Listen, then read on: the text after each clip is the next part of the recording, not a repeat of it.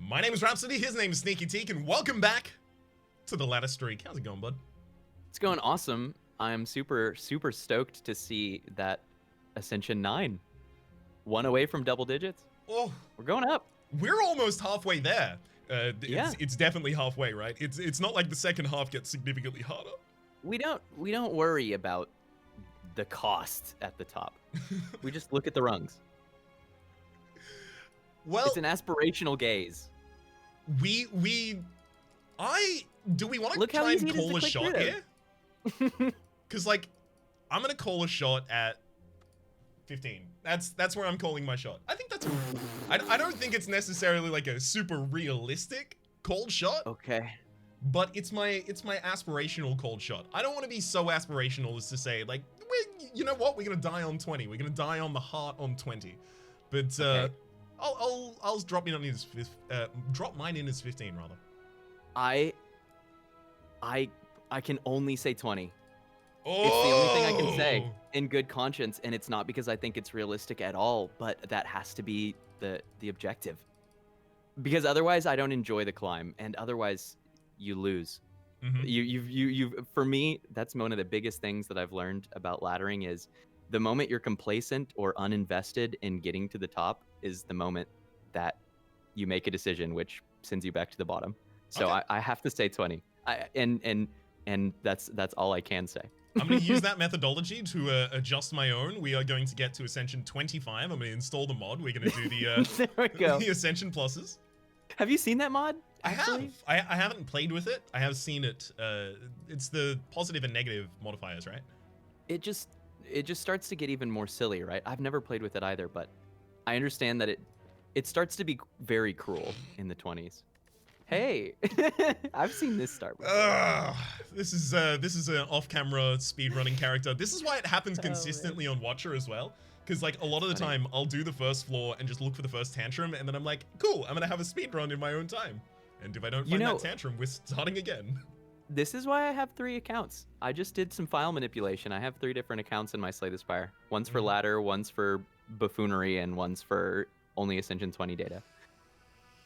Hey, you want to go for some interesting buffoonery here? Interesting buffoonery. Does it get us to Ascension 20? It may well do. Okay.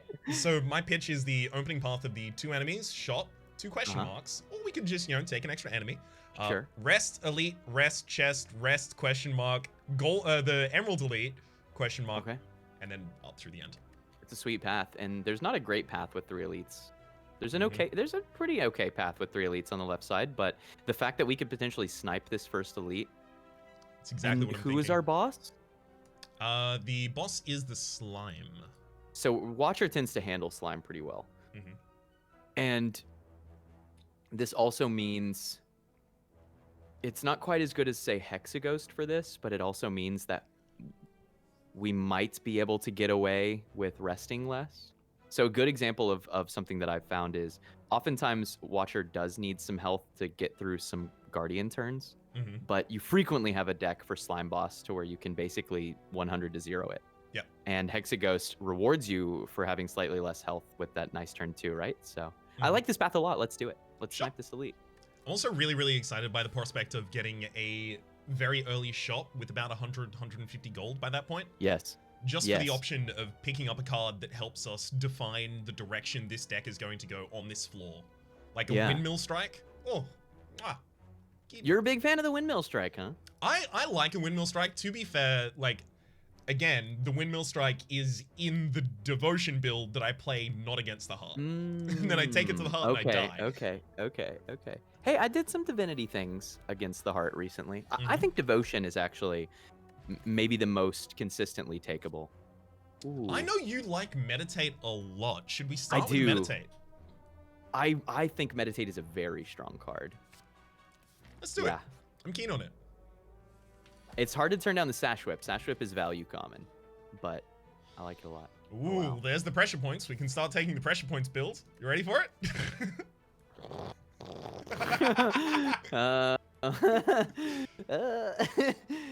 We're gonna go through 2 floors of not taking any attacks here. Shimmering this Fury. is interesting. Simmering Fury is great too. I think we already have a meditate too. Mm-hmm. Do you want to try to take this pressure points? I have to be really careful. Ooh, no. I don't want the not pressure far points. I was away. kidding. You don't want it? Okay. No, I want the Simmering Fury because then we have 2 Wrath and 2 Calm entries in the deck, and we're already set up with like a really, really let's do powerful that. stance. Yeah. We're gonna just buy 2 attacks in the store. Oh, Rushdown! Rushdown halts? Do we do it? Halt. May I see the deck? I just want to make sure we do enough damage. That's the one big thing. We don't do any damage yet. Yeah. And I mean, we do the increased amount of damage the Watcher does. Can we afford? How much is the Bowling Bash? Because the Bowling Bash is 45. value. We could get Rushdown, Bowling Bash. I don't know if we can get Rushdown and Halt. I don't think we can. Sorry, Rushdown, Halt, Bowling Bash we can't get. It's just... Dark Shackle's pretty sweet too, but no Hexa. My recommendation would be Rushdown, Bowling Bash. And then you're well on your way to a pretty gross deck. I like it. Excuse me. No problem whatsoever. Do you want to transform or defend here? Yes. Yeah. Yes. Ooh, mega upgraded defend. Good transform. All right, we're sniping. This is the only time you're gonna hear me say this, but there is the possibility that I kind of want to go for this enemy for another card look. Okay, tell me why. For another card look, simply because we have so many things in this deck that are setting up for a stance build, and I want to find things that execute the power of that earlier. And you think that's worth not necessarily taking the damage cost of the elite? To be entirely honest, when I was about to make that pitch, I forgot that we had a Niaz Lament. Oh. Dang it. Well, it's not gonna matter anyway. This works out in the same way anyway, so yeah. Honestly, though, I think there's some... I think this is a skip.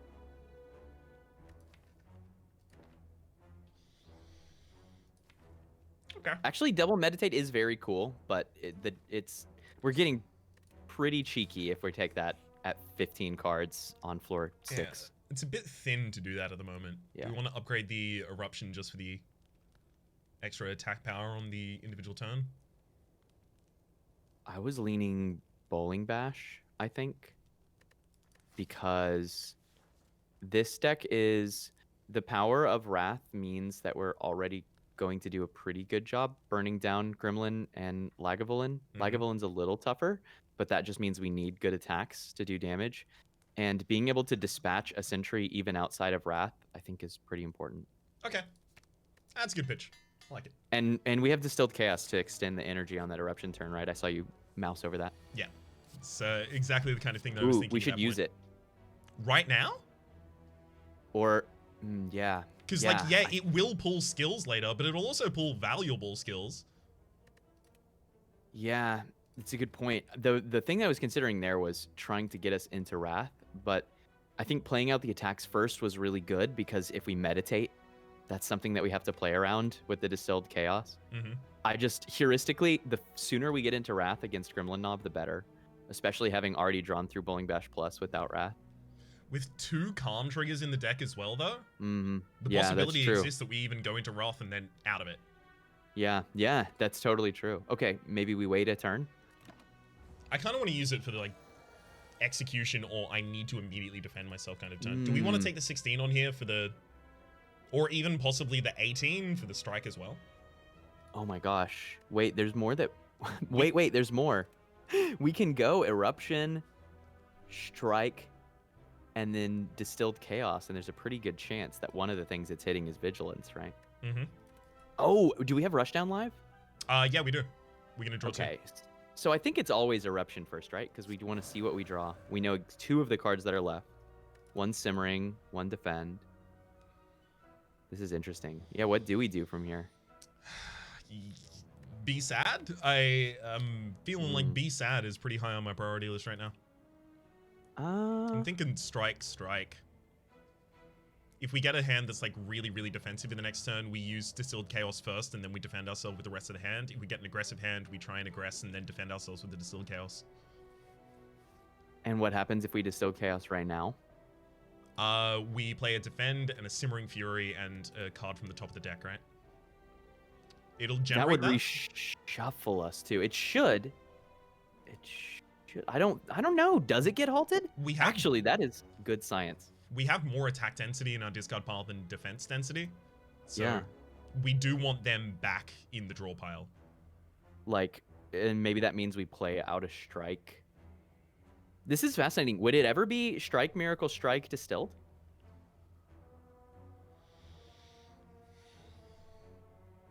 Unless, I mean, the two calm triggers are both in our hands, so the significant and protect. So the significant amount of reduction of damage that would be able to provide us is already off the table. However, the attacks that would still be back in the deck wouldn't be enough to kill the enemy this turn. So I'd still want to hold off in that case too.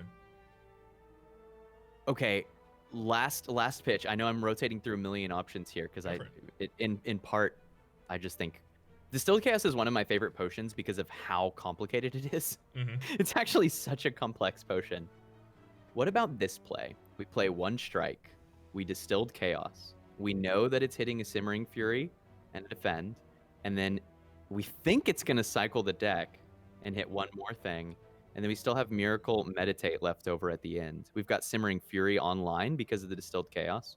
So the Meditate will then also be generating us more energy next turn and less damage this turn. And we're set up to be able to close with all of the stuff that we draw. And that's all I'm looking for is winning next turn and minimizing damage this turn. I like it. Because I think we can win next turn. So it was Strike, Distilled Chaos, Miracle, Meditate. Probably Miracle Meditate, yeah, depending on what happens here. We could, like, go with that same plan of having the Simmering Fury pull us out of Calm, but do it right now with Miracle Vigilance, and that just, like, actually blocking a large amount of the incoming damage as well. And then, are we able to win next turn? We draw 9 cards next turn. Yeah. Okay, so let's math out best case, right? Because we can find this.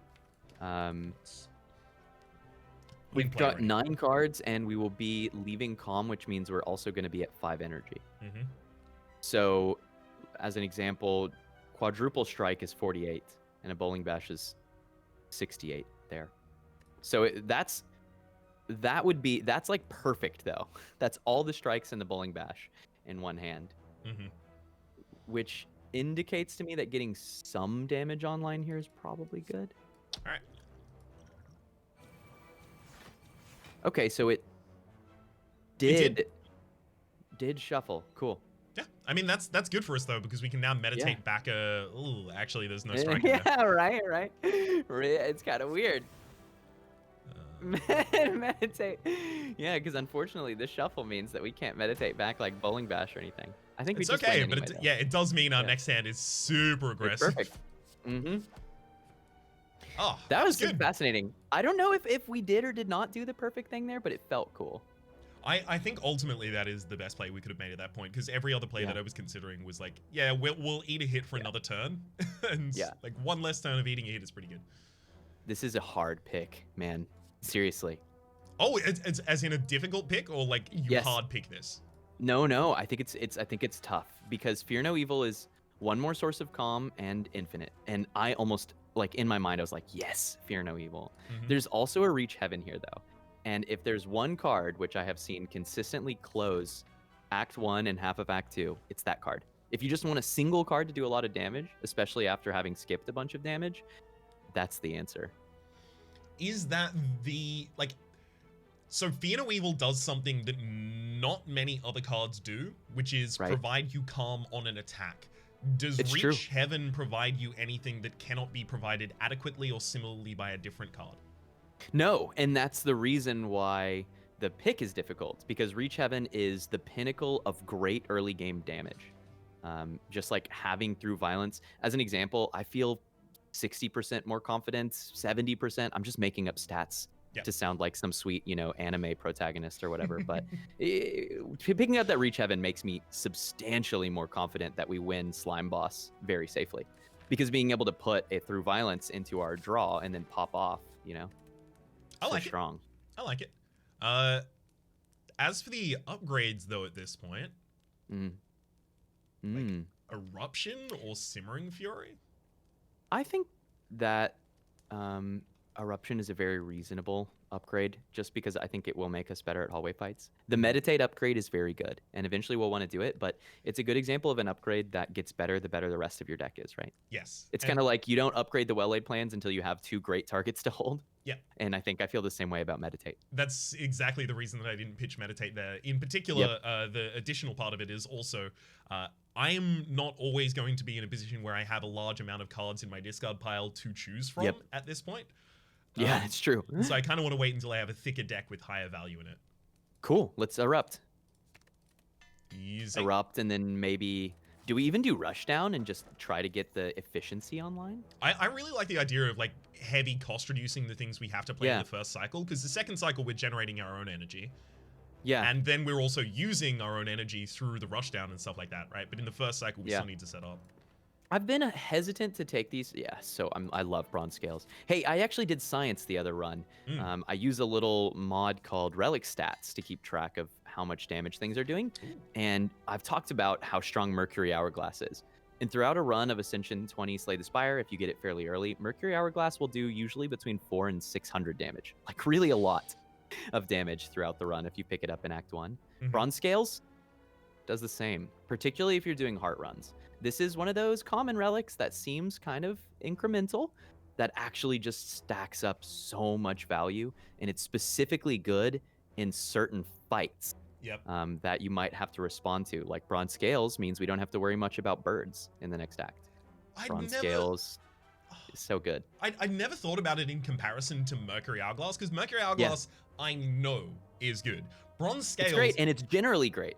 Exactly. Bronze scales, I think part of it is because it's in the common, that I was like, it can't be as good as Mercury Hourglass. But thinking about it right now, there are enough times where an enemy doesn't attack that are balanced out by the times enemies multi-attack, that it has to be on par, at least. Yep. Huh. And fights, you know, how many fights are there that have significant numbers of turns where they're not attacking? So bronze scales is already kind of flat AoE damage. If an enemy is attacking almost every turn, then you're doing about 3 damage every turn. If an enemy attacks 2/3 of the time, then this is amortized out to what? 2 damage a turn, right? And effectively across 3 turns, 6 total damage, right? Yep. And so bronze scales ends up just being good flat damage, and it's particularly good in a few fights.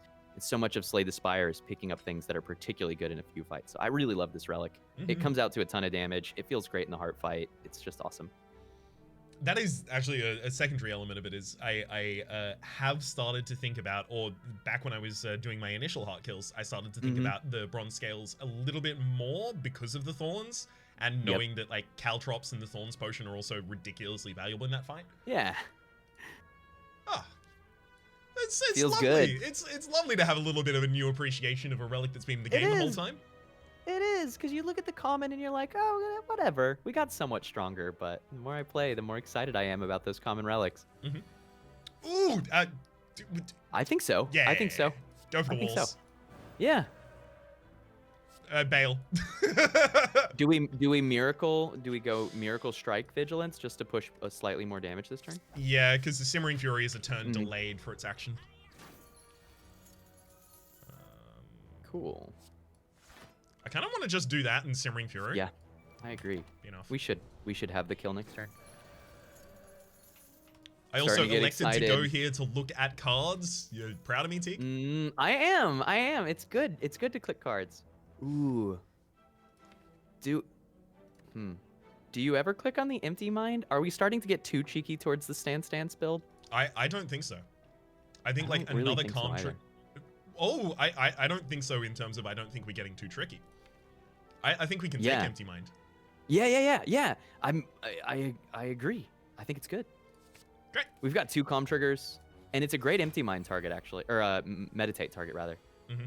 I'd love a 3rd calm trick. Oh, if we drew this next turn. No, wait, hang on. You've got 8 Metallicize and 3 regeneration. I thought it also had the Metallicize buff, but the Metallicize didn't go off on turn 1 for some reason. That's funny. Metallicize, Lagavulin, making it to where you can play your higher damage attacks. That means like a bash upgrade is fine if you happen to get Metallicize Lagav. That's funny. Rush down early. I think that was worth. I was really torn there, to be honest, though, between just going ahead and setting up. Oh, can we... Simmering Fury and then meditate? Yeah, Simmering Fury and meditate the. Are you gonna meditate the Reach Heaven? What are we gonna meditate? I mean, yeah, Reach Heaven's a good target. I think so, right? Yeah. This is actually how I wanted the setup to go in particular. Mm-hmm. Although it does mean we don't get to attack the enemy before the wake up turn, we get the opening turn far more valuable. Although no way of getting out of calm, rude. We might be popping this colorless potion once we play a card here. Let's see what you have, Colorless Just to see if it's draw, like, oh. We can't get lethal here. Is enough defense? And just block? Mm-hmm. That's not a bad idea, right? Apotheosis, and now, oh, and it upgrades the miracle, so it's effective energy. I think Apotheosis does come out ahead here too, because it helps us close better. I like that Apotheosis a lot. I think that's really clever. It also upgrades the Through Violence we already have in our deck. Yep, that's huge. Okay, so do we just want to like protect, defend so. for 32? I think so. Yeah. And we'll have an energy left even to play a Strikeout or play a Bowling Bash. Or to draw 3 more cards next turn. Yeah. Because that's 60 by itself. Yeah, you're right. Let's go for it. That is awesome. That's 8 damage. And now we get to do this. That's so big. Do we just have lethal too? Yep. GG. Sick GG. fight. Nice colorless potion. Oh my gosh. Oh my gosh, we can get so cheesy. Do you want more Rushdown? Do we want more Rushdown or do we want to like water? Because I'm thinking like if we're going to be using Meditate and stuff like that to end our turns and then Simmering Fury to enter Wrath at the start of our turns, we might be able to get extra value out of it for the defense. The Like Water is great. I mean, we're definitely picking one of these powers, I think, right? With the Birdface turn? Yeah. And maybe, so I get excited about the second Rushdown because 2 Rushdowns makes it so much easier to put together an Infinite. But I do think that getting some scaling block, we're certainly on a path to have no new and no upgraded block cards in Act 2, which is very dangerous. So, we have a Protect, but I think you're probably right. It does excite me. The double Rushdown excites me for sure. That is what scares me in particular. If we did have access to the oh god, I forgot the name of his card. Mental Preparation? Mental Fortress? Mental Fortress. Yes, thank you. Yeah. If we had access already to block through other means, I'd be all about it, but oh, and we snap that card too, if we see it. This is why we probably keep pushing fights like you've been doing, because this is a kind of build, which always kind of weirds me out to say, but you know, the more of those cards we see, the stronger we get. To add another Rushdown, to add another Like Water, to add another Mental Fortress, to add more like calm triggers, each one of those things that we add makes us stronger, somewhat substantially. Okay, so wait. 61, 71, your split is at 35, so I need to deal 26 damage to you. I think we just split. Yeah, and use the Miracle and just play every attack. Because then we've got to kill on one of the spawns, and it's pretty safe. Yeah. It's fairly safe. That is a lot more damage than I thought I had in hand, which is just a really good point about this character. We had 2 copies of Through Violence right there? No, I brought it back on the first turn with the Meditate. Oh, okay. I was like, what is happening in the deck? I've just been subtly hacking in the background while all this has been happening. So I think that Battle Hymn and Reach Heaven actually occupy very similar space in my mind, which is they are both cards. Battle Hymn in particular is a card that there are times when I'm so excited and I take it on floor 48. But usually I'm mostly excited about it in the beginning of a run, and over time I'm less excited and I often don't want to upgrade it. And I think we've already got Reach Heaven that's doing that consistent damage. But I don't know. I go back and forth on this card. Like, it certainly gives you guaranteed damage every turn, and it doesn't often get in the way. Empty Body? I think that especially because we have the extra draw from the Simmering Fury as well as Rushdown, the Battle Hymn would be causing hand problems for us. Yeah, I think that's totally fair. And if we're trying to do infinite style stuff, which is a reasonable outcome, I mean, you can't force anything, but Watcher is certainly able to do this. She's certainly able to do this. How do you feel about taking this Tranquility? as just a one-off guaranteed. Yep, a one-off guaranteed that stays in hand and burns instead, which means it doesn't have an impact on your possible infinite. I think I really love it, and the big reason why I really love it is there's some obvious interactions, right? Like water. But the big thing is with Rushdown, we want to be able to blindly play Wrath almost every turn. Because it's so valuable for us to not only increase damage, but to draw more cards. Yeah, I think it's great. We still want that not inner peace. Well, inner peace I would take too. But the card that we didn't take, Fear No Evil. Fear No Evil. Yep. I hope it comes back. I hope it comes back. Extremely keen to see one, please, game. Manifest. Well, I don't like this fight. I want an AoE. Fight. Well, we had it. We just used it. Single target AoE. I want a multi-target AoE. Sorry. I take one conclude very aggressively with Watcher. But with our meditate, it's a little tougher. See, I think one of the things that made me stop picking meditate as much after it was changed is that Vault is also like always for me pretty much an insta pick. Like obviously there are considerations around the edge, but Vault almost always goes in my deck when I see it. And having that, and I will often also include a conclude, and a meditate in the same deck feels real bad. It can, and too many end turn effects do start to compete with each other. I mean, I have seen, as an example, another Spire player who I interact with and who's very, very good at Watcher, Terrence MHS, take multiple meditates very frequently because of the consistency power in cycling not just cards but the meditate themselves. And so the awkwardness, the more I play with the card, the more that I find that the awkwardness is more than made up for by the consistency that you get out of the card. And if you're playing a Vault, you have a powerful turn anyway, right? Yeah, it's true.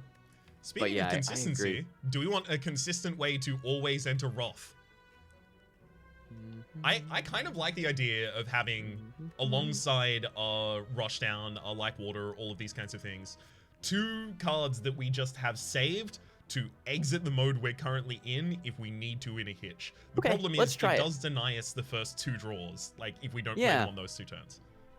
Yeah, that's the reason I used to take every Crescendo in Tranquility, and I ended up slowing down because of more and more runs to where if I was being objective, they were kind of just awkward draws on the way to the Rushdown and the Like Water and the Bowling Bash. Yep. But if there were ever a deck that wants that, particularly because it's also card draw, right? Blowing that Crescendo can help us scale up as we're prepping. So that's another thing I was thinking about, because like, yes, they are dead draws, but we have draw 2 cards, upgrades to 3, draw 2 cards, upgrades to 3, and the other one that's hidden here, draw 2 cards every time we enter Wrath. Yep. I'm still very excited for the Third Eye, and I've said this a million times before, but these kinds of decks, to get through their kind of awkward teenage phase while we're getting all the powers and relics online, just to have a little bit of Scry to even out the bumps and kind of glue it together is so good. So that's a heavy pick, I think, if we see it. So are we light particularly on offense or defense, and do we have an upgrade we want to prioritize for that reason? Or do we want to go with energy saving by, decreasing one of the Tranquilities? Or Tranquility or Crescendo, rather. I think that we are already pretty consistent at doing 40 damage, because frankly, Watcher is consistent at that from the very beginning. I think that what we are primed to struggle with is consistently reducing damage while closing down 60, 80, or 100 damage enemies. And that would lean me towards upgrading Tranquility or Like Water. One of those 2. Okay. I think I lean slightly Like Water. All right. I like it. Yeah. It's interesting, right? It's sometimes hard to evaluate Watcher because if you look at your best case draws, most Watcher decks can kill most enemies. But what you're really asking is, how consistently can I get there on the turn I want? Yeah. Just double enter Calm there. No reason not to. Yep. Why not? All good. We've got the Tranquility. Fury for the extra draw next turn, as well as Eruption Strike. Eruption and whatever all we can get online. Yeah, absolutely. Ooh. Is it Do we want extra energy next turn? Tranquility, then Simmering? I like that a lot. Yeah. I like that a lot. Yeah, because we can blow Tranquility now because we're trying to get a really, really big split. It does put us a bit at risk going into the post-split, but here's hoping we're okay. Oh, we're going to be okay because we're making it through violence, so we'll be okay. 20, 20, 12, 12 is 24, is 40, is 64. Yeah, that's enough for the split. Whew. Pretty close. Sorry, I was just eyeballing it and I was like, uh-oh. No lie. Yeah, no, same. Not like the best. And if we didn't have through violence here, we would be really, really scared. But we do have through violence here, so we're okay. Are you thinking about killing one? I'm thinking about killing one and eating the hit. Like, through violence, reach heaven, strike, miracle, empty mind. So eat half the hit. Yep. Yeah, I think that's the play. Great. Big agree. Because now this fight is solved. Rest of the fight is kind of taken care of GG. itself. GG, Teak. Ooh, maybe we were right not to upgrade either of the Crescendo or Tranquility. How many cards do we want to retain? All of them. We have a Meditate in the deck. Yep. Yes. This is a very cool establishment. It's also worth noting the Protect and the Meditate and these two, like, we might not have a huge amount of cards that retain, but we definitely have enough for Establishment to be worth its cost in our deck at this point. And Meditate becomes a very high priority upgrade because not only are we pulling cards back. Okay, let's take the Violet. Come on, let's do it. Let's do it. Hell right? yes. We know where we're going. We know where we're going. Dance Dancers. Ooh, we're gonna get ready to play some Stance Revolution in the next episode. There's a little bit of a link in the description down below. Hope to see you there. Catch you in the Act 2.